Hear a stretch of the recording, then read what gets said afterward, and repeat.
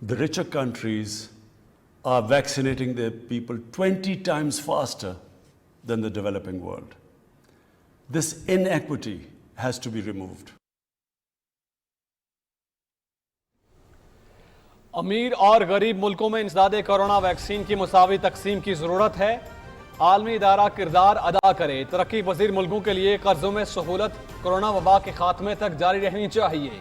हर साल तरक्की पजीर मुल्कों से $1 ट्रिलियन गैर कानूनी तौर पर अमीर मुल्कों को मुंतकिल हो रहे हैं, जिसे रोकना चाहिए। वज़ीर आज़म इमरान खान का आलमी रहनुमाओं के सरबराह मुबाहिसे से वर्चुअल खिताब।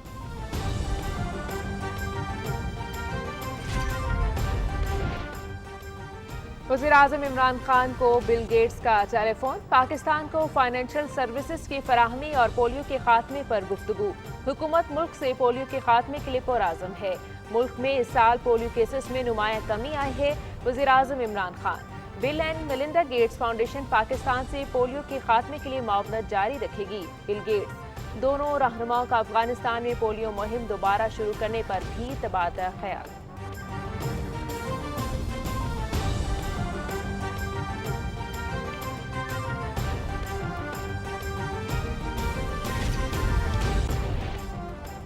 सदर डॉक्टर आरिफ अलवी आज साइंस, टेक्नोलॉजी, इंजीनियरिंग और रियाती प्रोग्राम का इफ्ताह करेंगे।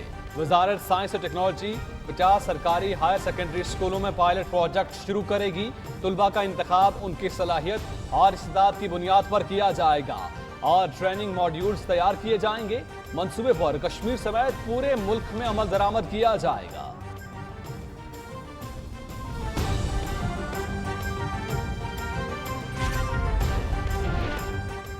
सरकारी स्कूल मॉडर्न होंगे तो मुल्क बदलेगा। पाकिस्तान साइंस फाउंडेशन आज एक गेम चेंजर प्रोग्राम का आगाज कर रही है। खुशी है कि ताखीर के बावजूद ये मंसूबा आज हकीकत बनने जा रहा है। इब्तदाई 450 स्कूलों के बाद ज़्यादा से ज़्यादा स्कूल इस मॉडल पर आ जाएंगे। यूनिवर्सिटीज़ आगे बढ़ें और स्कूल की सतह पर साइंस की तालीम का मेयार बेहतर करें। वज़ीर तातो नशरियात चौधरी फवाद हुसैन का ट्वीट।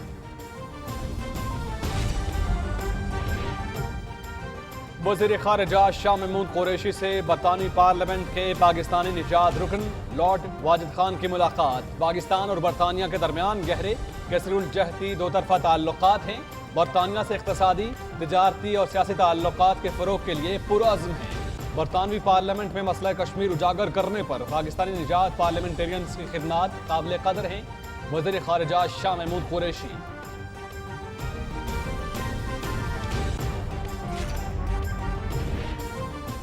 सऊदी शाही बहरिया के commander vice admiral Fahad bin Abdullah का दौरा Pakistan. Army chief general Qamar Javed Bajwa, chairman joint chief of staff committee general Nadeem Raza, naval chief admiral Mohammad Amjad Khan Niazi और फ़ज़ाइये के सरबराह air chief marshal Zaheer Ahmed Babar से मुलाकातें। इलाकाई सिक्योरिटी सूरत हाल, दोनों मुल्कों की अफवाज के दरमियान और मैरी टाइम के शोबे में बाहमी ताउन बढ़ाने के हवाले से तबादला ख्याल। मोज़ेज़ मेहमान ने खत्ते में बहरी सिक्योरिटी और इस्तेहकाम के लिए पाकिस्तान की कोशिशों को सराहा।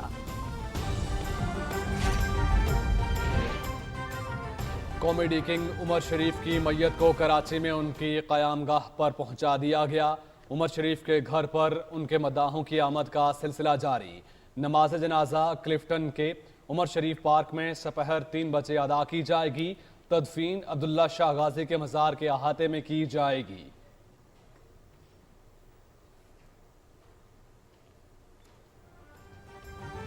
तालिबान की अबूरी हुकूमत के आने के बाद दूसरे मुल्कों से तिजारत मअतल, लेकिन पाक अफगान तिजारत में इजाफा।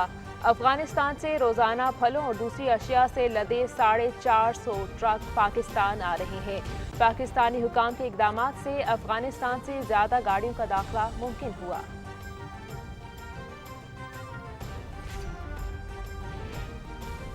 अफगान वज़ीर ख़ारिजा सिराजुद्दीन हक्कानी की साबिक़ हुकूमत की तमाम ख़वातीन मुलाज़मीन को वज़ारत दाखिला में अपनी नौकरियों पर वापस आने की हिदायत और तनख्वाह अदा करने का हुक्म। ख़वातीन मुलाज़मीन में खुशी की लहर। कई ख़वातीन अपने काम पर वापस आ गई। सरबराह महकमा पासपोर्ट अलीम गुल हक्कानी का पासपोर्ट के इजरा का काम दोबारा शुरू करने का ऐलान।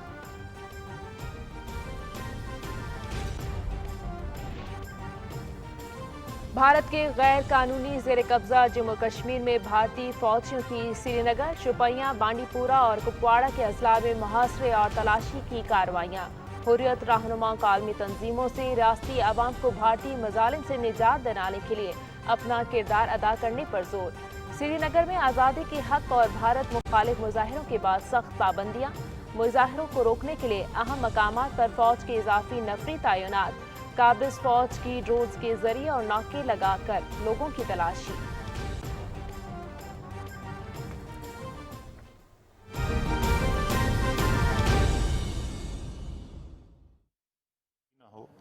और उसके लिए जिस तरीके से बाकी इस वक्त दुनिया के अंदर जिसको कहा जाता है कि 5th जनरेशन हाइब्रिड वॉरफेयर, यानी हर वो हरबा इस्तेमाल किया जाता है जंग करने के अलावा जिससे किसी मुल्क को नुकसान पहुंचाया जा सके या उसकी कोई अहम जो मंसूबे हैं उनको नुकसान पहुंचाया जा सके।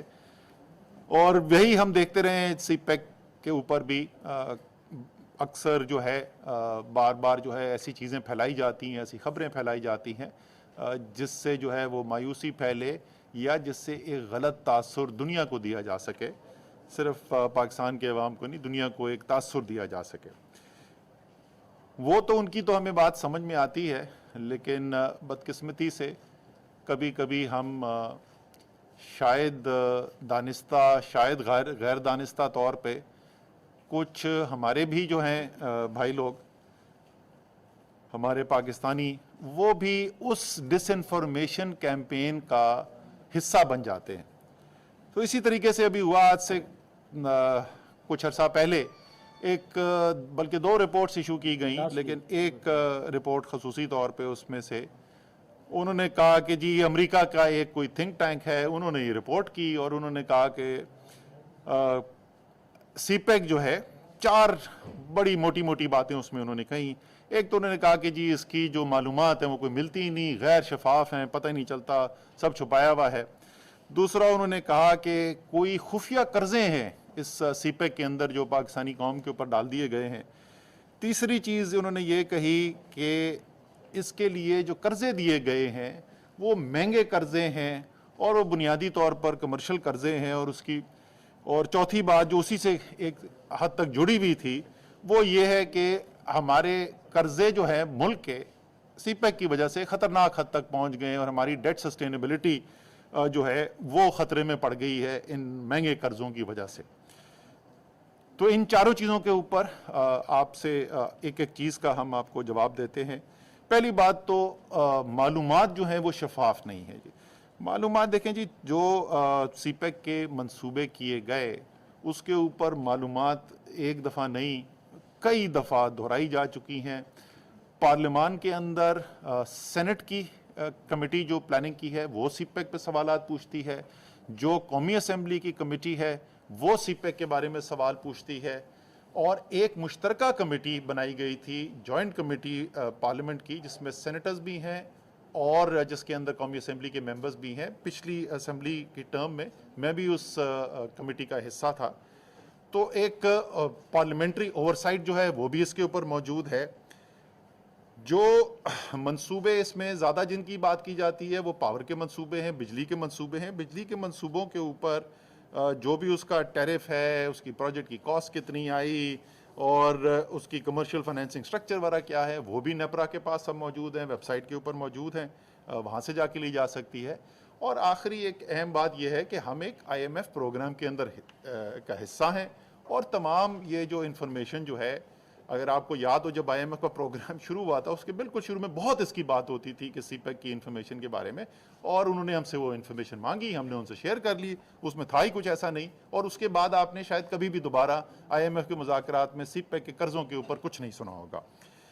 दूसरी बात जो उन्होंने की कि खुफिया कर्जा है, अब पता नहीं कौन से खुफिया कर्जे की बात कर रहे थे, हमने जहन दौड़ाने की कोशिश की तो हमारी जहन में तो ये आता है कि शायद वो सॉवरिन गारंटीज़ जो दी जाती हैं किसी कर्जे के लिए, किसी प्रोजेक्ट्स के लिए, उसको वो खुफिया कर्जा कह रहे हैं, हिडन डेट कह रहे हैं, क्योंकि अगर अदायगियां बर वक्त ना हो सकें और डिफ़ॉल्ट हो जाए तो इन्वेस्टर के पास ये हक मौजूद है कि वो आके हुकूमत पाकिस्तान से कहे कि अब आप ये कर्जा अपनी, क्योंकि आपने सॉवरेन गारंटी दी हुई है, वो आप पूरा करें।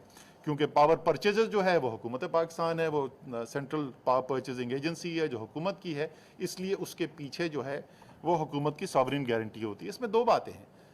एक तो पाकिस्तान में जितनी भी IPPs लगी हैं, चाहे वो अमेरिका की कंपनी ने लगाई हैं, वो पाकिस्तानी कंपनी ने लगाई हैं, वो सिंगापुर से इन्वेस्टर्स आए, मलेशिया से इन्वेस्टर आए या चीन से इन्वेस्टर आए, सबको यही स्ट्रक्चर मिलता है। इसी बुनियाद के ऊपर ये मंसूबे लगाए जाते हैं, सॉवरेन गारंटीज दी जाती हैं। तो कोई नई चीज़ नहीं ईजाद हो गई इसके अंदर, ना वो कोई खुफिया चीज़ है। उसकी टर्म्स क्या है वो भी आपको पता है, डिफ़ॉल्ट किस वक्त ट्रिगर होता है वो भी पता है। तो ये एक तो बिल्कुल ही पावर प्रोजेक्ट्स का भी अगर मैं कर दूं, और उसके अलावा ये सिर्फ पावर प्रोजेक्ट्स में भी नहीं होता, और भी ऐसे चीज़ें मंसूबे ऐसे होते हैं जहाँ हुकूमत ये समझती है कि बजाय कि अपना कैश पहले से डाल दिया जाए, वो एक प्राइवेट सेक्टर के ज़रिए काम करवाए और उसके पीछे उसको सपोर्ट करने के लिए कभी वो सॉवरेन गारंटी होती है, कभी stand by letter of credit होता है, और उससे हुकूमत अपना पैसा इस्तेमाल किए बगैर वो मंसूबे के अंदर सरमायाकारी करवाने में कामयाब होती है। तो जैसे मैंने कहा, कोई अनोखी बात नहीं है, कोई सीपेक के लिए ख़ास इसमें कोई गारंटीज नहीं दी गई जो दूसरी पावर प्रोजेक्ट्स के लिए नहीं दी गई। तीसरी बात उन्होंने कही कि जी फाइनेंसिंग जो है इसकी बड़ी महंगी है, कमर्शियल टर्म्स हैं और ज़्यादातर जो हैं वो तो बायर्स क्रेडिट के ऊपर हैं, ये तो बड़े महंगे कर्जे हैं।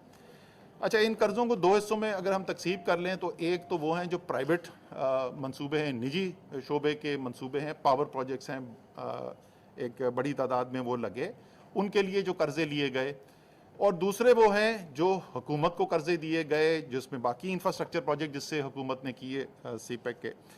तो अगर आप इन दोनों का मुवाजना कर लें तो पहले अगर पावर प्रोजेक्ट्स को देख लें, पावर प्रोजेक्ट्स के अंदर जो सीपेक के मंसूबे लगाए गए, उन सीपेक के मंसूबों में लाइबोर प्लस 3.3% से लेकर लाइबोर प्लस 4.7% तक के कर्जे मौजूद हैं। 3.7% भी है, 3.8% भी है, 3.3 मैंने पहले बोला, एक और 3.75% है, और इसी तरीके से 4.05%, 4.5% और दो कर्जे जो हैं वो 4.75% भी हैं। औसत मेरे ख्याल में लगभग ये कोई 4% के करीब बन जाती है, लाइबोर प्लस 4%।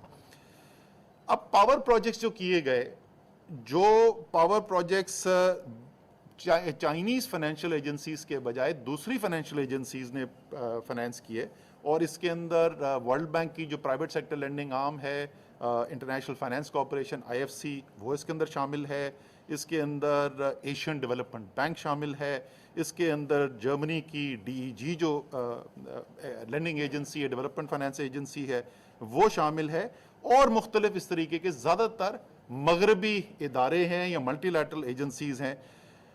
उसके अंदर एक जो सबसे सस्ता कर्जा है वो एंग्रो कादरपुर का है, वो मैं और खालिद मंसूर दोनों हमने जो मुल्क के वो प्रोजेक्ट किया था, ये वो तो लाइबोर प्लस 3% पे है। बाकी जो सारे हैं वो 4.5, 4.25, 4.75 के ऊपर है।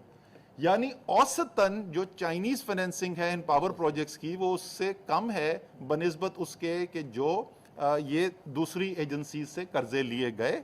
बहुत ज़्यादा फ़र्क नहीं है, लेकिन वो निस्बतन ज़रा सी ज़्यादा है। इसकी एवरेज तकरीबन मेरे ख्याल में 4.25 के करीब बनेगी, 4.25 के करीब बन जाती है।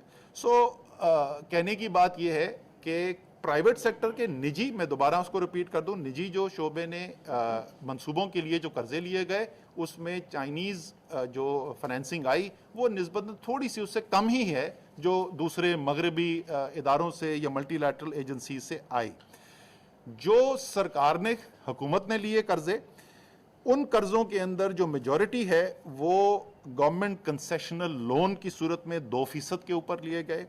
प्रेफरेंशियल बायस क्रेडिट जो कि वो भी 2% का है, वो लिए गए, और एक छोटा हिस्सा इनमें बायस क्रेडिट का भी है जो 5.2% पे है। इनकी औसत जो मिल के बनती है, वेट एवरेज जो इनकी बनती है, वो 2.4% के करीब बनती है। मेरे ख्याल में 2.38 या ऐसा कुछ है। और साथ ही चाइना ने, जैसे आपको पता है, कई मंसूबे जो हैं सीपेक के लिए वो ग्रांट की सूरत में भी दिए गए।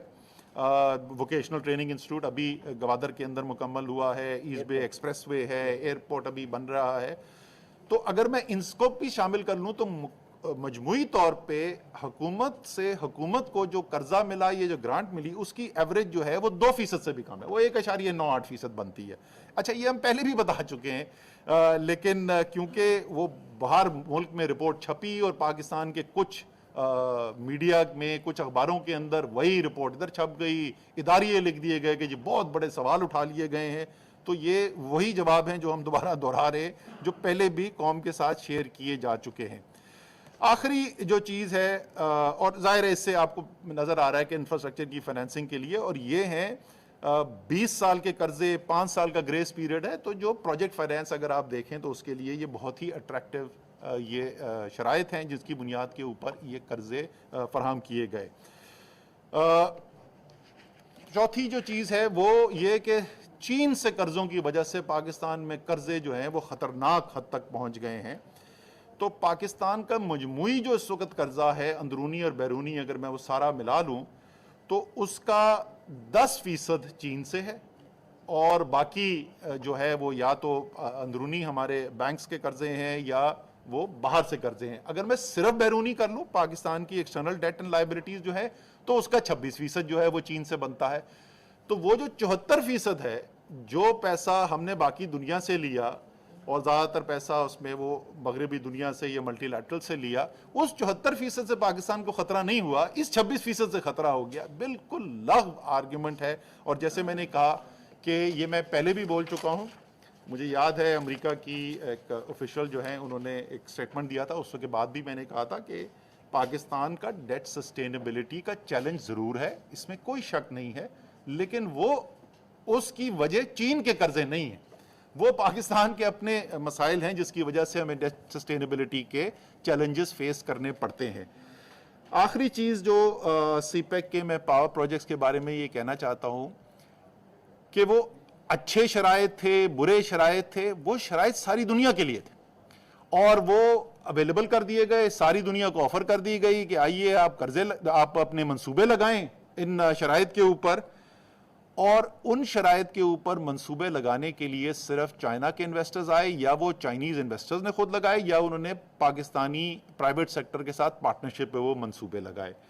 तो ये कोई खास चाइना के लिए पॉलिसी नहीं बनी थी, ये पॉलिसी जो है वो तमाम दुनिया के इन्वेस्टर्स के लिए थी। और जैसे मैंने कहा कि इससे पहले हमारी जो IPPs लगी हैं, 90s की जो IPPs लगी थी, अगर आपको याद हो, उसमें बहुत सारी अमेरिकन कंपनीज थी, उसको चाइनीज़ कंपनी कोई भी नहीं। तो ऐसा ही होता है, मुख्तलिफ औकात के अंदर मुख्तलिफ तरजीहात होती हैं ममालिक की। तो ये 4 सवाल थे, इसके बुनियादी हमने आपको जवाब अदाद व शुमार के साथ आपके सामने रख दिए हैं, और इसी रिक्वेस्ट के साथ कि जो भी हम बाहर से सुनते हैं तो उसके ऊपर सवाल ज़रूर पूछे जाएं, लेकिन उसी बयानिए को बग़ैर सोचे समझे, बग़ैर तस्दीक किए आगे बढ़ा दिया जाए तो ये ना अच्छी सहाफ़त है और ना मेरे ख्याल में आप पाकिस्तान की कोई खिदमत कर रहे हैं। एक छोटा सा पॉइंट, एक सेकेंड जी, एक छोटा सा पॉइंट और है जी, कि उसमें ये लिखा हुआ है कि ये जो कर्जे चाइना से लिए गए तो उसके अंदर सारा इक्विपमेंट भी आपने चाइना से लिया। तो जिसका मैंने तस्करा किया था कि जो प्रोजेक्ट जिसके अंदर मैं ख़ुद पार्टिसिपेट करता रहा, वो मेरा ख्याल है दुनिया में एक वाहिद एग्ज़ाम्पल है कि जो प्रोजेक्ट जो पावर के थर पे हुए या हब में हुए, उसके अंदर जो मोस्ट क्रिटिकल इक्विपमेंट है, टरबाइन, जनरेटर एंड बॉयलर, तो वो जनरल इलेक्ट्रिक USA से लिए गए। और जिस खातून का जिक्र असद साहब ने किया, मेरा उनसे भी जब ये रब्ता हुआ तो उन्होंने कहा कि जो भी ECA रिलेटेड फाइनेंसिंग होती है तो उसके अंदर आपके ऊपर ये मजबूरी होती है कि आप उसी मुल्क से इक्विपमेंट खरीदेंगे। लेकिन इस केस के अंदर चाइना वॉज वेरी फ्लेक्सिबल, क्योंकि वो जो उनकी थर का ख़ास तौर पर जो कोल था वो सेंसिटिव है और उसके ऊपर इतना ज़्यादा अभी हमारी डेमोन्स्ट्रेटेड एक्सपीरियंस नहीं था, तो वो भी चाइनीज़ फाइनेंशियल इंस्टीट्यूशन ने मान लिया और वो सारा का सारा इक्विपमेंट जो है वो USA से और वो भी जनरल इलेक्ट्रिक से ख़रीदा गया। तो ये भी इस रिपोर्ट के अंदर में स्टेटमेंट है। सर, असद उमर साहब, ये आपने फरमाया कि जो भी चाइना से कर्जे लिए हैं वो पूरी दुनिया के लिए इक्वल शराइत पे लिए थे, जबकि ये कर्जे आपकी गवर्नमेंट ने नहीं लिए, ये साबिक गवर्नमेंट ने नवाज शरीफ के दौर में ये लिए गए। तो आप उसकी जस्टिफिकेशन क्यों दे रहे हैं? एक तो ये बात, दूसरा आप उनकी जो शराइत तय हुई थी आप उनको ओन कर रहे हैं कि जबकि माजी में आप जब अपोजिशन में थे तो आप नवाज शरीफ की जो गवर्नमेंट की पॉलिसियाँ हैं उसको क्रिटिसाइज करते रहे और अब आप उनकी पॉलिसियों को ओन कर रहे हैं। एक तो इसके बारे में वजाहत फरमा दीजिएगा। नहीं ये तो और आपने दूसरा नहीं, ये इतना बड़ा सवाल पूछ नहीं, लिया तो एक जवाब ही सुन point, लेना। एक ही point। अच्छा, दूसरा सर ये है कि चाइना क्या कहता है इस बारे में, जो अमेरिकन थिंक टैंक की रिपोर्ट है या जो आप उसकी वजाहत कर रहे हैं, तो चाइना की तरफ से कोई वजाहत आई है? अच्छा जी, पहली बात तो ये है कि मेरी पूरी इस जो मैंने आपके साथ 10-12 मिनट बात की, इस पूरी बातचीत के अंदर मैंने कहाँ पे ये कहा कि पॉलिसियाँ अच्छी थी कि बुरी थी? मैंने आपको स्पेसिफिकली, बल्कि मैंने कहा कि पॉलिसियाँ अच्छी थी या बुरी थी, वो सबके लिए एक थी। यहाँ पर रिपोर्ट सर, ये तो हमने कभी भी नहीं कहा था कि ये हमने कब कहा था ऑपोजिशन में कि ये शराइत जो है ये सिर्फ चीन वालों के लिए है, ये हमने कब कहा था? हमने ये कभी भी नहीं कहा था। हम जो कह रहे हैं, ये रिपोर्ट ये नहीं आई है कि पाकिस्तान की पावर पॉलिसी अच्छी थी या नहीं थी।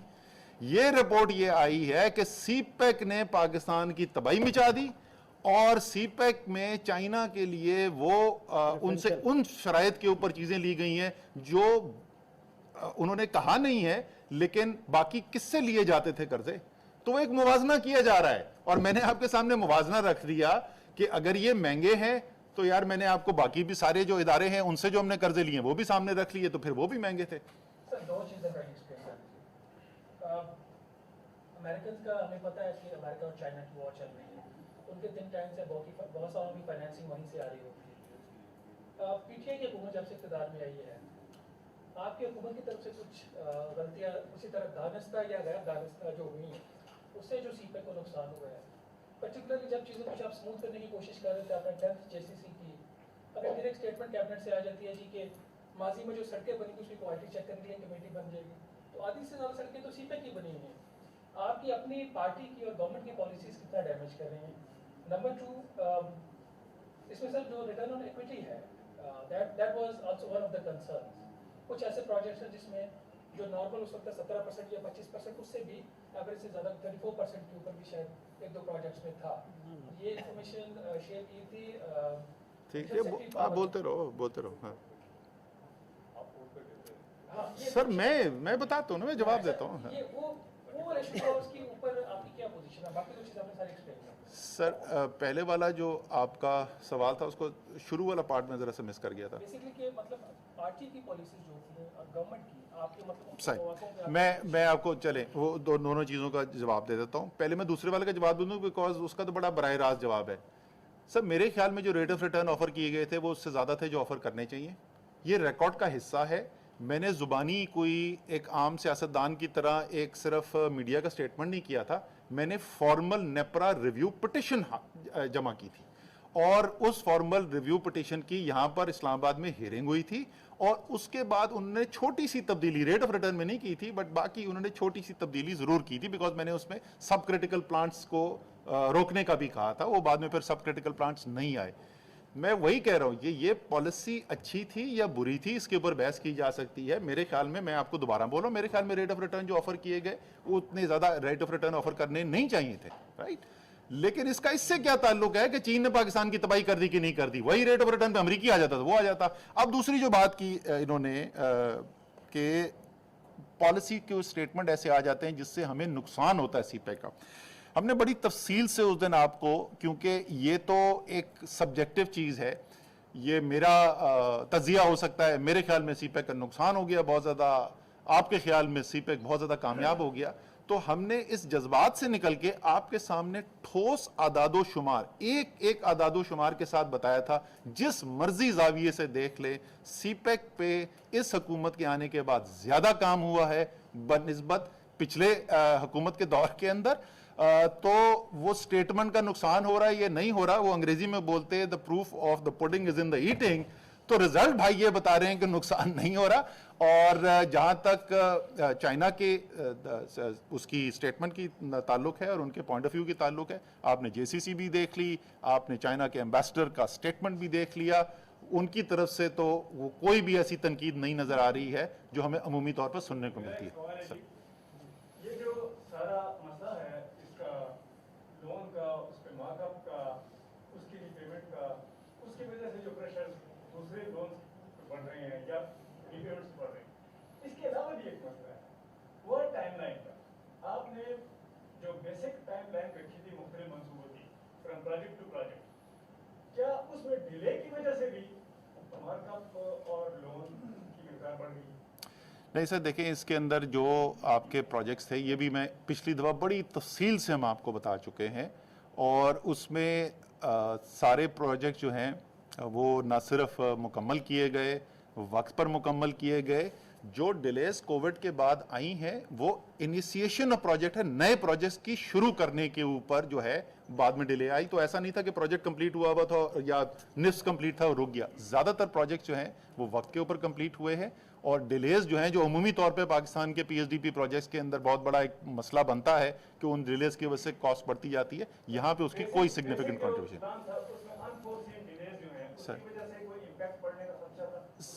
सर मैं वही आपसे अर्ज कर रहा हूँ ना कि जो हमारे इसकी कॉस्ट है उसके अंदर ये कंपोनेंट कि डिले की वजह से कॉस्ट इंक्रीज अगर कोई एलिमेंट है तो वो एक बहुत छोटा एलिमेंट है, वो एक सिग्निफिकेंट एलिमेंट नहीं है। जी मैंने ये सवाल पिछली मरतबा किया था, आपने उसका जवाब भी दे दिया था कि हमारे चीन के साथ खसूसी ताल्लुकात हैं, तो उनके जो प्रोजेक्ट्स हैं हम खसूसी तरीके से उनको डील करेंगे। हमें भी बड़ी शक्कत है, मीडिया को चीन के खिलाफ सर सवाल ये है कि अभी जो नेबर की रिपोर्ट आई है उसमें आपकी जो कैपेसिटी पेमेंट्स हैं, खालिद मंसूर साहब बहुत इसको अच्छे तरीके से जानते हैं, दैट्स अप्रॉक्सीमेटली 650 अरब रुपए शामिल हैं। इस सारे का सारा जो बर्डन, और उसके बाद ये हुआ कि अभी नेबर ने परसों 1 रुपये 65 पैसे बिजली बढ़ा दी। इस सारे का सारा इम्पैक्ट आपके सार्फिन पर आ रहा है। चीन से हमारी दोस्ती नो डाउट है और रहेगी, तो लेकिन आपके अपने जो टोटल आपकी गवर्नमेंट के लिए भी ये बड़े मसाइल पैदा हो रहे हैं, कुछ तो आपको हल करना पड़ेगा। सर इसमें तो कोई शक ही नहीं है ना, आपके ख्याल में हम इतने अरसे से जो बार बार बात करते रहे वो क्या करते रहे? हम यही कहते रहे जो आप अभी कह रहे हैं, लेकिन हम ये कह रहे हैं कि अगर मेरा एक मसला है तो आपके साथ अगर मेरा कोई रिश्ता है या अगर मेरा आपके साथ कोई कारोबार भी है तो मैं उसकी एक ट्रांजैक्शन को अलग से नहीं देखता हूँ। मैं अपनी मुकम्मल तौर पे तमाम जहतें मेरी जो हैं रिश्ते की, मैं उसको देखता हूँ और मैं उस तनाजुर में फ़ैसले करता हूँ। और एक नहीं, हम आपको 10 दफ़ा मिसाल दे चुके हैं कि किस तरीके से मुश्किल वक्त के अंदर जो है वो चीन पाकिस्तान की मदद के लिए भी आता है। तो इसलिए वही जो मेरा जवाब उस दिन था वो ये कि उस मुकम्मल रिश्ते की तनाजुर में ही हम फैसले कर रहे हैं। कुछ कह सकते हैं इसमें? जी 1 मिनट देखें, बात सारी है कि आप सब लोग भी उस चीज़ के गवाह हैं। मुल्क में 12 से 18 घंटे की लोड शेडिंग होती थी। सबसे एक्सपेंसिव चॉइस ऑफ फ्यूल था फर्नेस ऑयल पे, 38% पावर जनरेशन फर्नेस ऑयल पे होती थी। जिस वक्त हमारी नीड क्या थी कि इंडिजिनस हमने जो अपना कोल है उसको डेवलप करना था। तो जब ये चीज़ हम लोगों ने एफर्ट कंप्लीट की तो उस वक्त दुनिया में कहीं से फाइनेंसिंग अवेलेबल नहीं थी, मासवाई चाइना। माशाल्लाह आपने थर्ड माइनिंग भी डेवलप हुई और उससे जो कॉस्ट ऑफ पावर जनरेशन वो बहुत सस्ती है कंपेयर टू फर्नेस ऑयल और इवन RLNG। अब चाइना ने आपको कर्जे दे दिए और प्लांट लग गए, लोड शेडिंग अल्हम्दुलिल्लाह ख़त्म हो गई। अब ये मसला तो हमारा इंटरनल है ना, तो जो भी पावर सेक्टर में रिफॉर्म होनी है उसका सफ़र जारी हो गया है। तो अब अगर जो आपकी लोड शेडिंग ख़त्म हो गई, चाइना ने मदद कर दी, प्लांट लग गए, अब अगर हम ये कहें कि जी कि वो अगर ये सारी प्रॉब्लम इस वजह से आ रही है तो चाइना ये तो हमारे साथ आपको कैपेसिटी लगाने की जरूरत थी 10 और आपने आगे लगा दी 20, तो इसका इल्जाम उन पे ना डाले ना, ये तो खुद हमने हरकतें की हैं। जी सर, जी सर, क्या नहीं साहब। लास्ट आपकी जो आपकी प्रश्न था उसमें आपने कहा था कि 230 बिलियन की उनकी ड्यूज है पेबल और उसकी वजह से काफ़ी और आपने कहा था कि जी अगले 10-15 महीने उनमें से कुछ पेमेंट तो उस पर अपडेट कीजिएगा कि क्या सूरत निकली मेरे पास है जी। उसमें कहने साहब ऐसा है कि देखिए पहली चीज़ तो ये है कि जितनी चाइनीज़ कंपनी है वो मेरे पास almost every day people come and talk to me और वो बहुत ही सब्र का मुजाहरा कर रहे हैं, वो भी समझते हैं। अब सूरत हाल ये है कि उनकी पेमेंट हम कैसे करते हैं, उनकी पेमेंट ये करते हैं जो हमारी नॉर्मल कलेक्शन होती है या हम जो सब्सिडी हमारे बजट के अंदर होती है। एक चीज़ मैंने पहले भी कही थी, रात भी कामरान खान के शो में मैंने बताया कि जितने भी पावर प्लांट हैं और ये सारे पावर प्लांट हैं ये बहुत हाई मेरिट ऑर्डर पे चलते हैं। इसमें जो हमारी मिनिस्ट्री ऑफ एनर्जी को ये क्रेडिट डेफिनेटली जाता है कि वो कभी देर नहीं करते उस पेमेंट के लिए जिससे आप अपना फ्यूल खरीद सकें, चाहे वो गैस हो या वो कोयला हो। और दूसरा ये है कि आज तक कोई IPP ऐसी नहीं है कि जिसने डिफॉल्ट किया towards their liability, interest payment या प्रिंसिपल पेमेंट के लिए। अब ये जो थोड़ा सा डिले आया है कि वो सब्सिडी जो है उसके अंदर कुछ इतराज़ात आ गए थे, तो लेकिन मिनिस्ट्री ऑफ एनर्जी ने मुझे बताया कि इस हफ्ते बहुत चांस है कि वो सब्सिडी जो है वो रिलीज हो जाएगी, जिससे हम कुछ पेमेंट जो है अपने ये अमाउंट आई डोंट नो, मुझे मालूम नहीं। जी ये बताइएगा सर कि अभी पिछले दिनों पेट्रोलियम डिवीजन ने 35.7% प्राइसेस टैरिफ इंक्रीज करने की प्रपोजल प्लान पेश किया है विंटर सीजन के लिए। हम ये बात ना कह रहे हैं कि IMF के कहने पर हम बिजली की कीमतें नहीं बढ़ाएंगे, जब हम इतनी ज्यादा टैरिफ इंक्रीज कर देंगे क्या उसका आम आदमी का इम्पैक्ट नहीं आएगा? और सेकेंडली मेरा क्वेश्चन था अफगानिस्तान की सूरत के हवाले से कि चाइना में अफगानिस्तान में अपना फुटप्रिंट जो है वो स्टैब्लिश करना चाह रहा है, तो क्या पाकिस्तान के साथ इस मामले को डिस्कशन हुई है कि CPEC को मजीद वसअत देने के लिए इसमें अफगानिस्तान का रोल क्या होगा अगर वहाँ सिक्योरिटी सूरत बेहतर हो जाती है? अच्छा जी, पहले वाले आपके सवाल का जवाब तो ये है कि कल तो काबीना ने जो मंजूरी दी है जिस प्रपोजल की, जो पहले CCOE अप्रूव कर चुका था, उसके अंदर तो अच्छी खबर है सार्फिन के लिए बिजली की। जो 4 माह के लिए बिजली की कीमत जो अगर आपने पिछले साल 10 यूनिट इस्तेमाल किए थे नवंबर में, तो इस साल 10 यूनिट से ज़्यादा जितने भी यूनिट आप इस्तेमाल करेंगे तो उसकी कीमत आपको 12 रुपये 96 पैसे फ़ी यूनिट देनी पड़ेगी, जो 7 रुपये फ़ी यूनिट कम है जो अमूमी टैरिफ है उससे। तो कल तो कमी की खबर सुनाई गई है। जहाँ तक जी मैं तो बोल रहा ना, ये बाकी तो अभी तक वो कह रहे हैं कि कुछ तजावीज़ हैं, मैं कह रहा हूँ फैसला अभी तक एक हुआ और फैसला ये हुआ है। जी सर, 300 यूनिट इस्तेमाल करना लाजम तो नहीं है जी? 300 यूनिट से ये मतलब 300 यूनिट तक सब्सिडी मिलती है, सही। क्या वो जो बिजली आप इस्तेमाल करेंगे वो तो सब्सिडी चलती रहेगी ना सर। वो 300 कर दो तो मुझे 1 यूनिट का बेनिफिट मिलेगा सर, मैं वो जो सब्सिडी है जो 300 यूनिट से कम की है वो तो जारी रहेगी। उसके अलावा ये टेक्निकली एग्जैक्टली कि वो से 1 यूनिट का मुझे नहीं, I am not sure, but मैं उसके सवाल का जवाब दे दूं। उन्होंने बड़ा एक अहम सवाल पूछा था, उसका मैं सवाल sorry just let me complete the answer for him then I will come to you. दूसरा, जहां तक अफगानिस्तान की बात है, 2 चीजें हम इसमें कहना चाहते हैं। एक तो बार बार पाकिस्तान दुनिया को ये पैगाम दे रहा है कि 1990 की दिहाई की गलती मत दोहराएं। उस वक्त भी यही हुआ था, चलो जी रूस को शिकस्त हो गई, वहां से बाहर निकले, दुनिया ने कहा कि अच्छा अब हमारा प्रॉब्लम खत्म, ये अफगानी अब जिंदा रहे मरे तो जो मर्जी इनके साथ हो, हमें क्या इससे फर्क पड़ता है। और उसके 10 साल के बाद दुनिया को पता चला कि उससे उनको क्या फर्क पड़ सकता है। और उसके बाद खरबों रुपए उन्होंने स्पेंड किए, को $1 ट्रिलियन से ज्यादा स्पेंड किया दुनिया ने उसी अफगानिस्तान को दोबारा स्टेबलाइज करने के लिए। तो अब खरबों डॉलर स्पेंड करने की जरूरत नहीं है, लेकिन दुनिया जो है वो अफगानिस्तान के साथ माशी ताल्लुकात रखे, अफगानिस्तान के अंदर तरक्याती अमल का हिस्सा बने। और हमारी ये उम्मीद है तमाम मुल्कों से, चाहे वो मगरबी ममालिक हों, वो अरब ममालिक हों, खित्ते के हमारे ममालिक हों, रूस है, ईरान है, टर्की है या चाइना है, तो हम सबके साथ, सबको पाकिस्तान यही कहता है। जहाँ तक CPEC का ताल्लुक है, CPEC पहले भी पाकिस्तान और चीन कह चुके हैं, बाज़ाब्ता तौर पर कह चुके हैं कि हम CPEC में दूसरे ममालिक की शिरकत जो है उसको वेलकम करेंगे। तो ये शिरकत जो है इसको अगले स्टेज पे भी ले जाया जा सकता है। और मेरे से अगर आप मैं ज़ाती कमेंट पूछें तो मेरे ख्याल में ये बहुत अच्छा आइडिया होगा कि CPEC के प्रोजेक्ट्स जो हैं उसको बायलैटरल तो है ही हमारी राहदारी, इसको एक्सटेंड करके एक रीजनल कॉरिडोर बनाया जाए। मेरे ख्याल में तो पाकिस्तान मेरे ख्याल में इसको मुकम्मल तौर पर सपोर्ट करेगा। Yes please.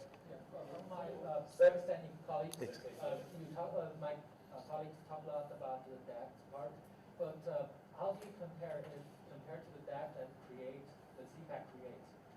How do you comment on the achievement that for the past 8 years that the CPEC made? Yeah, so that I already explained that in detail. Even the debt part, as I explained, you can look at 2 different kinds of debt. One is the debt financing which came for the private sector projects for the power projects. And that debt financing, the terms of that debt financing is actually slightly more favorable than the non-CPEC financing which had come in from multilateral agencies and other bilateral agencies. And secondly, I pointed out that out of the total external debt and liabilities of Pakistan, only 26% is owed to China. So 74% of that liability. So as I had said earlier, Pakistan has a debt servicing challenge. We have a debt sustainability challenge, which we are meeting, alhamdulillah. But it's challenging. It's something that the finance minister has to work on a consistent basis. But we don't have a China debt problem. आपने कहा था कि sir अगर मैं भूल नहीं रहा तो आज ऑफिशियली पहली मरतबा आपसे सुन रहा हूँ कि सीपैक कर्जों की तफसीलात वो IMF को फराहम की गई है। नहीं, मैं बहुत दफ़ा बता चुका, एज फाइनेंस मिनिस्टर पे बता चुका हूँ। ओके, इससे पहले तो लेकिन ये कहा जाता था कि ये मुल्की मफाद के खिलाफ है। क्या ये IMF को कर्जों की तफसीलात देना सीपैक के मुल्की मफाद के खिलाफ है? ये किसने कहा था भाई? सर ये मैंने आपसे ही सुना। खुदा का खौफ करो, मैं आपको चैलेंज, मैं ऑन एयर चैलेंज कर रहा हूँ, मेरी एक दफा बता दो कि मैंने ये कहा। सवाल ही पैदा नहीं होता भाई। मैंने जब पहली दफा ये इशू उठा ना, तो मैंने कहा यार कोई बुरी खबर हो तो छुपाई जाए, ये तो अच्छी खबर है। मैंने अभी आपके साथ मैं कई दफा ये तफसील पहले बता चुका हूं, ऑन एयर बता चुका हूं। ये वाली जो है ना, ये डेट की परसेंटेजेस क्या है, 2.4%, 1.98। मुझे अभी तक याद है, मैंने कराची प्रेस क्लब से प्रेस कॉन्फ्रेंस की थी और ये सारी तफसील जब भी दी थी, ये 2 साल पहले की बात है। सो ऐसा कभी भी नहीं है। हमने जो IMF ने मांगा था हमने दे दिया, उसके बाद उन्होंने मुड़ के सवाल नहीं पूछा, क्योंकि उसमें कोई खराब खबर है कोई नहीं। अच्छा असद उमर साहब ये बताएं कि जो K2 और K3 है और ये चश्मा न्यूक्लियर प्लांट्स है, इनमें जो इमदाद मिलती है, कर्ज है, इसका जो कहाँ से ये कौन सी गवर्नमेंट की बुक्स में ये रिफ्लेक्ट होती है, पता चलता है कितना कर्ज है, कितनी कोई डेट ऐसा नहीं है गवर्नमेंट ऑफ पाकिस्तान का जो रिफ्लेक्ट ना होता हो हमारे ओवरऑल कर्जों में, कोई भी नहीं ऐसा। राइट जी, आखिरी सवाल है। इस मुल्क के नौजवान हैं वो पिछले 5 सालों से सुन रहे हैं कि सीपैक आएगा तो रोजगार आएगा, कब फिक्र किए जाते हैं क्या, तो कब हम ये कह सकते हैं कि मटेरियलाइज होंगी चीज़ें, वाकई जॉब क्रिएट होंगी, कितनी जॉब्स होंगी? बहुत अच्छा सवाल है।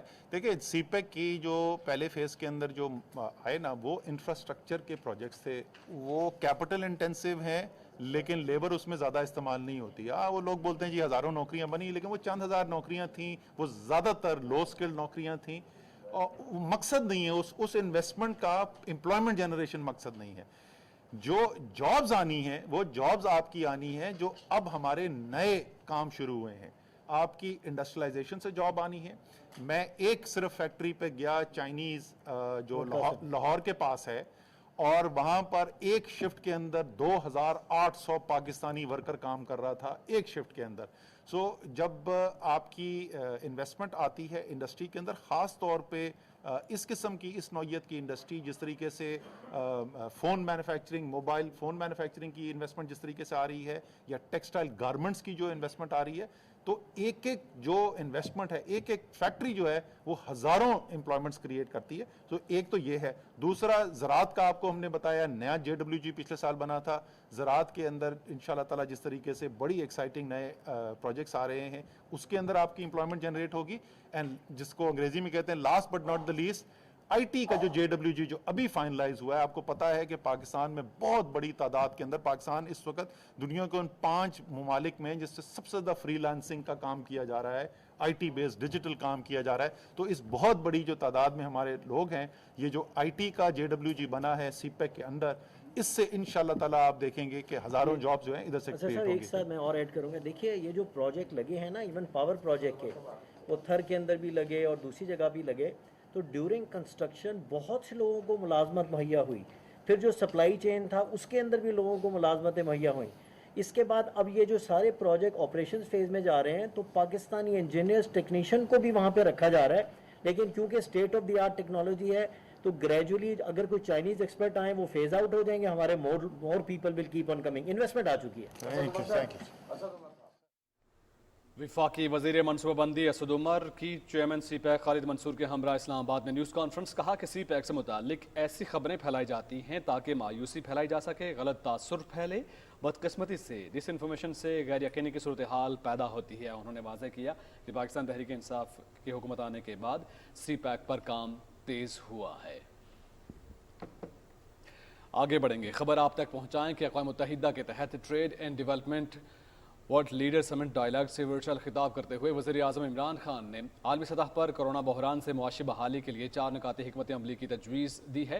वज़ीर आज़म ने अमीर और गरीब मुल्कों में इंसादे कोरोना वैक्सीन की मुसावी तकसीम और तरक्की पजीर मुल्कों के लिए कर्ज़ों की वापसी में नरमी जारी रखने पर जोर दिया है। वज़ीर आज़म इमरान खान ने कहा है कि अमीर मुल्कों को माहौलियाती तब्दीली के असरात से निमटने के लिए माली एआनत बढ़ाने समेत तरक्की पजीर मुल्कों से दौलत की अमीर मुल्कों को गैर कानूनी मुंतकली रोकने के लिए किरदार अदा करना होगा, क्योंकि इससे गरीब गरीब तर और अमीर अमीर तर हो रहे हैं। The richer countries are vaccinating their people 20 times faster than the developing world. This inequity has to be removed. Debt relief should continue till the pandemic is over. The richer countries contribute in climate finance and especially help those countries whose contribution to carbon emissions are minimal and yet are disproportionately affected by climate change. Annually, $1 trillion leave the developing countries towards these safe havens. So when the money leaves their countries, it affects their currency, which devalues, which then leads to inflation, causes poverty. If this trend continues, the richer countries will have to build walls to keep out the hordes of economic migrants. So I urge you, Madam Secretary General, to do everything to raise awareness that this huge injustice which is being done to the people of the developing world has to stop. वज़ीर-ए-आज़म इमरान खान ने bill और Melinda Bill Gates foundation के शरीक chairperson Bill Gates से telephone पर बातचीत की और पोलियो के खात्मे के लिए कोशिशों, ग़िज़ाइयत को बेहतर करने और मालियाती खिदमात में फाउंडेशन की हिमायत पर तबादला ख्याल किया। वज़ीर-ए-आज़म ने बिल गेट्स को इंसदादे पोलियो पर होने वाली पेशरफ्त से आगाह किया और इस सिलसिले में फाउंडेशन की काबिल कदर मुआवनत को सराहा। उन्होंने बताया कि मुल्क में पोलियो बतदरीज कम हो रहा है और इस साल पोलियो का सिर्फ एक केस रिपोर्ट हुआ। वज़ीर-ए-आज़म ने कहा कि पेशरफ्त मुस्बत है, ताहम इंसदादे पोलियो के लिए अभी काम जारी है। उन्होंने कहा कि हुकूमत मुल्क से तमाम इक़साम के पोलियो वायरस के खात्मे के लिए पुरअज़्म है। बिल गेट्स ने पोलियो के खात्मे के लिए वज़ीर-ए-आज़म के इक़दामात को सराहा और कहा फाउंडेशन पाकिस्तान पोलियो प्रोग्राम के लिए ताउन जारी रखेगी ताकि यकीनी बनाया जा सके कि पाकिस्तान में किसी बच्चे को पोलियो वायरस के बाइस माजूरी का ख़तरा न रहे। बिल गेट्स से गुफ्तगू के दौरान वज़ीर-ए-आज़म इमरान खान की क़ियादत में अगस्त में हाई रिस्क पोलियो अजला में डिप्टी कमिश्नर्स के साथ होने वाले इजलास के मुस्बत असरात का भी जिक्र किया गया। वज़ीर-ए-आज़म और बिल गेट्स ने अफगानिस्तान में सेहत के निज़ाम पर तशवीश का इजहार किया, जो पाकिस्तान के साथ दुनिया का दूसरा मुल्क है जहाँ पोलियो के ख़तरात मौजूद हैं। उन्होंने अफगानिस्तान में पोलियो मुहिम की बहाली की अहमियत पर भी गुफ्तगू की और कहा कि अफगानिस्तान में मुहिम दोबारा शुरू किए जाने से पाकिस्तान में पोलियो वायरस के हालिया इजाफे में काबू पाया जा सकता है। बिल गेट्स ने कोरोना वायरस पर काबू पाने के लिए वैक्सीनेशन में मुअस्सर मुहिम पर वज़ीर-ए-आज़म को मुबारकबाद देते हुए कहा कि फाउंडेशन एहसास प्रोग्राम समेत हुकूमत के तमाम प्रोग्राम्स में ताउन जारी रखेगी। सदर डॉक्टर आरिफ अलवी आज साइंस, टेक्नोलॉजी, इंजीनियरिंग और रियाजी प्रोग्राम का इफ्तिताह करेंगे। वजारत साइंस और टेक्नोलॉजी सरकारी हायर सेकेंडरी स्कूल्स में पायलट प्रोजेक्ट शुरू करेगी। मैट्रिक और FSC के तलबा के लिए स्टीम के मैदान में ट्रेनिंग मुहैया की जाएगी। साइंस, टेक्नोलॉजी, इंजीनियरिंग, रियाजी की क्लासेस में तलबा का इंतखाब उनकी सलाहियत और इस्तेदाद की बुनियाद पर किया जाएगा और तलबा के लिए ट्रेनिंग मॉड्यूल तैयार किए जाएंगे। मंसूबे पर कश्मीर समेत पूरे मुल्क में अमल दरामद किया जाएगा। वफाकी वज़ीर इत्तलात चौधरी फवाद हुसैन ने कहा है कि पाकिस्तान साइंस फाउंडेशन आज गेम चेंजर प्रोग्राम का आगाज कर रही है। अपने एक ट्वीट में वफाकी वज़ीर इत्तलात ने कहा कि 450 सरकारी स्कूलों को साइंस, टेक्नोलॉजी, इंजीनियरिंग और मैथ स्कूल्स में तब्दील करने का मंसूबा है। जब तक सरकारी स्कूल मॉडर्न नहीं होंगे, मुल्क नहीं बदल सकता। उन्होंने कहा कि खुशी है कि ताखिर के बावजूद ये मंसूबा आज हकीकत बनने जा रहा है। इब्तदाई 450 स्कूलों के बाद ज़्यादा से ज़्यादा स्कूल इस मॉडल पर आ जाएंगे। चौधरी फवाद हुसैन ने कहा कि यूनिवर्सिटियां स्कूल की सतह पर साइंस की तालीम का मेयार बेहतर करें। वज़ीर ख़ारजा शाह महमूद कुरैशी से बरतानवी पार्लियामेंट के पाकिस्तानी नजाद रुकन लॉर्ड वाजिद खान ने इस्लामाबाद में मुलाकात की। मुलाकात में पाकिस्तान और बरतानिया के दरमियान दो तरफ़ा ताल्लुकात समेत बाहमी दिलचस्पी के अमूर पर तबादला ख्याल किया गया। वज़ीर ख़ारजा ने कहा कि पाकिस्तान और बरतानिया के दरमियान गहरे कसीरुल-जहती दो तरफ़ा ताल्लुकात हैं। पाकिस्तान उन दो तरफ़ा इक़्तिसादी, तिजारती और सियासी ताल्लुकात को मज़ीद मुस्तहकम बनाने के लिए पुरअज़्म है। उन्होंने कहा कि बरतानवी पार्लियामेंट में मसला कश्मीर उजागर करने पर पाकिस्तानी नजाद पार्लियामेंटेरियन की खिदमत काबिल कदर हैं। वज़ीर ख़ारजा शाह महमूद कुरैशी से चेयरमैन पाकिस्तान यूरोपीय union friendship federation Parvez Iqbal Losar ने इस्लामाबाद में मुलाकात की है। मुलाकात में बैरून मुल्क मुकीम पाकिस्तानियों की सूरत हाल समेत बाहमी दिलचस्पी के अमूर पर तबादला ख्याल किया गया। शाह महमूद कुरैशी ने कहा कि बैरून मुल्क मुकीम पाकिस्तानी कम्युनिटी की फलाह बहबूद हमारी अव्वलीन तरजीहात में शामिल है। यूरोपीय ममालिक में पाकिस्तानियों की कसी तादाद मुकीम है जो दो तरफा ताल्लुकात को मुस्तहकम बनाने में अहम किरदार अदा कर रही है। उन्होंने कहा कि पाकिस्तान यूरोपीय यूनियन के साथ स्ट्रेटेजिक शराकत दारी के फ़रोग़ के लिए पुरअज़्म है। परवेज़ इकबाल लोसर ने वज़ीर ख़ारिजा को पाकिस्तान यूरोपीय यूनियन फ्रेंडशिप फेडरेशन की कारकर्दगी के हवाले से ब्रीफिंग दी। Army chief general Qamar Javed Bajwa की सदारत में core commanders conference general headquarters Rawalpindi में हुई। अस्करी क़यादत ने खित्ते की सलामती की सूरत हाल बिलखुसूस बॉर्डर मैनेजमेंट और दाखिली सलामती से मुताल्लिक उमूर का जामे जायज़ा लिया। अस्करी क़यादत को बेमिसाल कुर्बानियों के बाद हासिल किए गए अमन और इस्तेहकाम के नुकसान पहुँचाने के हवाले से दरपे मुल्क दुश्मन क़ुव्वतों के मनसूबों को नाकाम बनाने से मुताल्लिक इक़दामात के हवाले से भी आगाह किया गया। अस्करी क़यादत ने भारतीय फ़ौज की तरफ से बेबुनियाद प्रोपेगेंडे का संजीदगी से नोटिस लिया और इस अज़्म का अदा किया कि पाकिस्तान की जुग्राफियाई सरहदों के तहफ़्फ़ुज़ के लिए तमाम ज़रूरी इक़दामात मुमकिन बनाए जाएंगे। Army chief general Qamar Javed Bajwa ने कहा कि बोखलाहट में किए जाने वाले बेबुनियाद प्रोपेगेंडे दरअसल भारत की अंदरूनी मुश्किलात बिलखुसूस मकबूजा कश्मीर में बुनियादी इंसानी हुकूक की खिलाफ वर्जियों से तवज्जो हटाने के लिए किया जा रहा है। फोरम ने अफगानिस्तान में इंसानी और सिक्योरिटी की सूरत हाल पर तशवीश का इजहार करते हुए कहा कि बैनुल-अक़वामी बरादरी की पायदार मदद और ताउन ही अफगानिस्तान और खित्ते में अमन इस्तेहकाम का वाहिद रास्ता है। आर्मी चीफ ने फार्मेशंस की ऑपरेशनल तैयारियों को भी सराहा। उन्होंने गैर मुल्की अफवाज के साथ इश्तराक बिलखुसूस तरबियत पर तवज्जो मरकूज रखने के लिए इंसदाद दहशत गर्दी ऑपरेशन पर मबनी मुश्तरका अस्करी मशकों के इनेकाद की भी तारीफ की है। नाज़रीन, सऊदी शाही बहरिया के कमांडर वाइस एडमिरल फहद बिन अब्दुल्ला ने army chief general Qamar Javed Bajwa से मुलाकात की है। ISPR के मुताबिक GHQ रावलपिंडी में होने वाली मुलाकात में बहामी दिलचस्पी के उमूर, इलाकाई सलामती की सूरत हाल और दोनों मुल्कों के अफवाज के दरमियान मेरी टाइम के शुबे में बहामी ताउन बढ़ाने के हवाले से तबादला ख्याल किया गया है। आर्मी चीफ ने कहा कि दोनों मुल्कों के बरादराना और दोस्ताना ताल्लुकात अब पायदार शराकत दारी में बदल रहे हैं। मुलाकात में अफगानिस्तान की मौजूदा सूरत हाल के इलाकाई अमन इस्तेहकाम पर पड़ने वाले असरात पर तबादला ख्याल और दिफा और सलामती के शोबों में बहामी ताउन बढ़ाने पर भी इत्तफाक किया गया। सऊदी बहरिया के कमांडर ने अफगानिस्तान से कामयाब इनखला के ऑपरेशन में पाकिस्तान की मदद की तारीफ की है। सऊदी शाही बहरिया के कमांडर ने chairman joint chief of staff committee general Nadeem Raza से भी मुलाकात की और मुलाकात में सलामती, इलाकाई मामलात, खास तौर पर अफगानिस्तान की ताज़ा तरीन सूरत हाल पर तबादला ख्याल किया गया और इस मौके पर दोनों मुल्कों के मुसल्लह अफवाज के दरमियान ताउन बढ़ाने से मुताल्लिक उमूर पर भी तबादला ख्याल किया गया। जनरल नदीम रजा ने कहा कि पाकिस्तान और सऊदी अरब का बहामी ताउन खित्ते की सिक्योरिटी और अमन पर मस्बत असरात मुरतब करेगा। सऊदी शाही बहरिया के कमांडर वाइस एडमिरल फहद बिन अब्दुल्ला ने कहा कि दहशतगर्दी के खिलाफ जंग में पाकिस्तान ने बेशुमार कुर्बानियाँ दी हैं। उन्होंने अफगान अमन अमल के दौरान पाकिस्तान के मस्बत किरदार की तारीफ की। सऊदी रॉयल नेवल फोर्सेस के कमांडर ने पाक बहरिया के सरबरा एडमिरल मोहम्मद अमजद खान न्याजी से भी मुलाकात की और इस मौके पर बहामी दिलचस्पी के उमूर और मेरी टाइम सिक्योरिटी सूरत हाल पर तबादला ख्याल किया गया। मुअज़्ज़ज़ मेहमान को पाक बहरिया की जिम्मेदारियों और इस्दाद कार के बारे में भी आगाह किया गया। सरबरा पाक बहरिया ने कहा कि पाकिस्तान और सऊदी अरब के माबैन मजबूत मजहबी, सकाफती और दिफाई ताल्लुकात हैं। सऊदी रॉयल नेवल फोर्सेस के कमांडर ने पाक फ़िज़ाइया के सरबराह air chief marshal Zaheer Ahmed Babar Sidhu से एयर हेडक्वार्टर इस्लामाबाद में मुलाकात की और मुलाकात में पेशा वाराना और बहामी दिलचस्पी के उमूर पर तबादला ख्याल किया गया। मुअज़्ज़ज़ मेहमान से गुफ्तगू करते हुए एयर चीफ ने कहा कि पाकिस्तान और सऊदी अरब के दरीना मजहबी और सकाफती रिश्ता कायम है जो दोनों फ़ज़ाई अफवाज के माबैन मजबूत रवाबित का मज़हर है।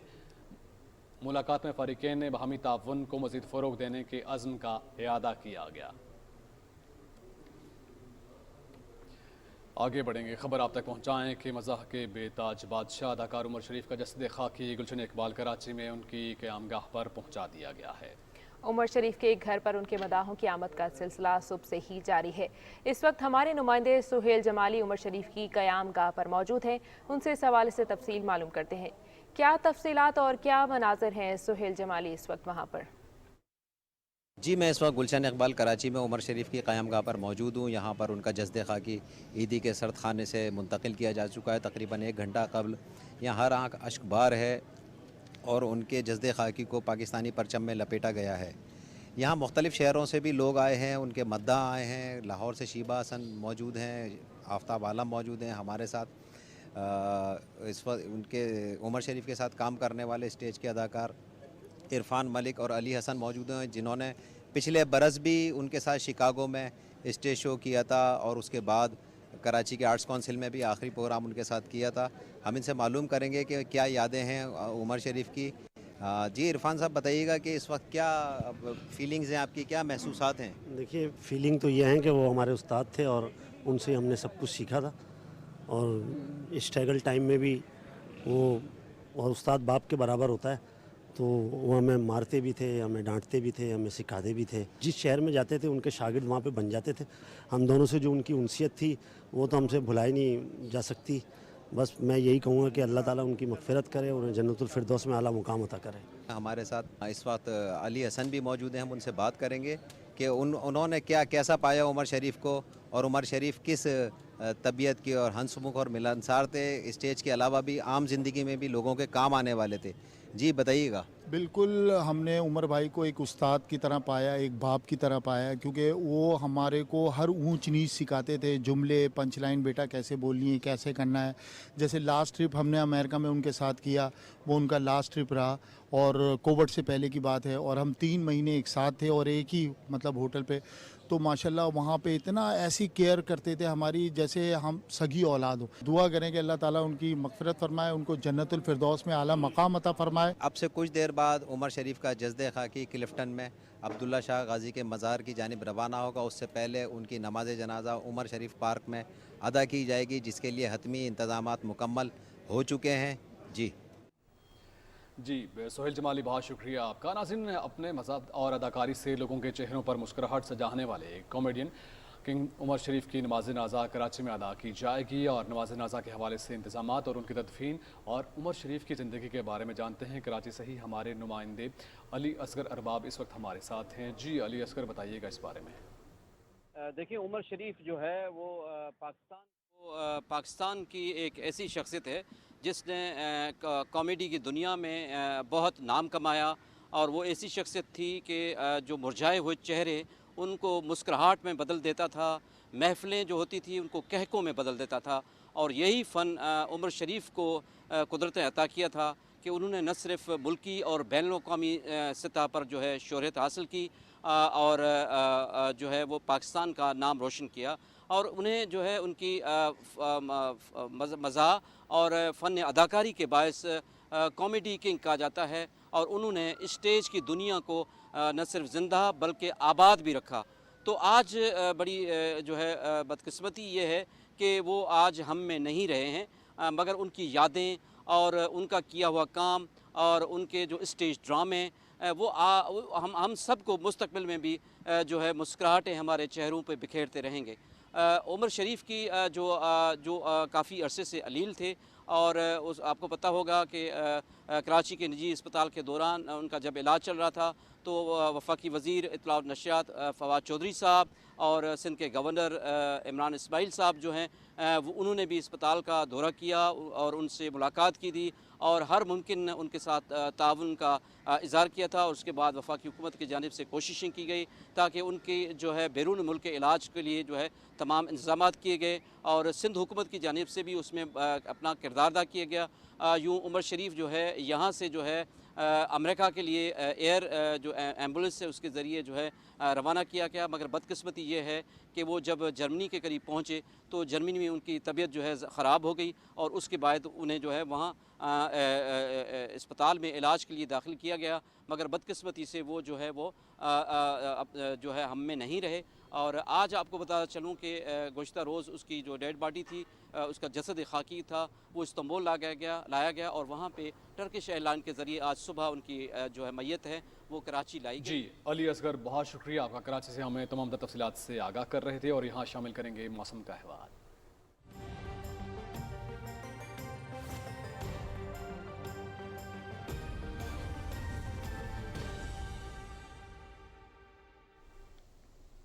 अस्सलाम वालेकुम, मैं हूं कासिम अली। नाज़रीन, आपको आगाह करें कि महकमा मौसमियात का कहना है कि आइंदा 24 घंटे के दौरान मुल्क के बेशतर इलाकों में मौसम खुश्क रहेगा, जबकि मैदानी इलाकों में गर्म रहेगा। गुज़श्ता 24 घंटे के दौरान मुल्क के बेशतर इलाकों में मौसम खुश्क और मैदानी इलाकों में गर्म रहा, ताहम बालाई खैबर पख्तूनख्वा और कश्मीर में गरज चमक के साथ बारिश हुई। गुज़श्ता रोज़ रिकॉर्ड किए गए ज़्यादा से ज़्यादा दर्जा हरारत से 42 और तुरबत में 39 डिग्री सेंटीग्रेड रिकॉर्ड किया गया।